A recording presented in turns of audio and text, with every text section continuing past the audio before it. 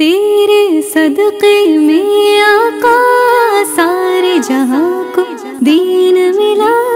बेदीनों ने कलमा पढ़ा, ला इलाहा इल्लल्लाह हस्बी रब्बी जल्लल्लाह माफी क़ल्बी गैरुल्लाह नूर मोहम्मद मोहम्मद सल्लल्लाह ला इलाहा इल्लल्लाह। Oh Allah the Almighty, protect me and guide me to your love and mercy. Ya Allah, don't deprive me. अपनी बहन से बोले उमर, ये तो बता क्या करती थी मेरे आने से पहले, क्या चुपके चुपके पढ़ती थी।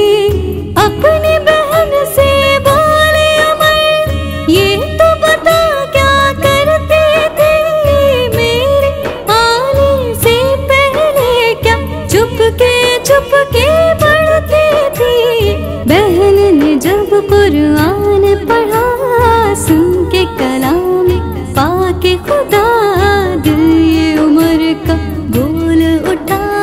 ला इलाहा इल्लल्लाह हस्बी रब्बी जल्लल्लाह माफी क़ल्बी गैरुल्लाह नूर मोहम्मद मोहम्मद सल्लल्लाह ला इलाहा इल्लल्लाह।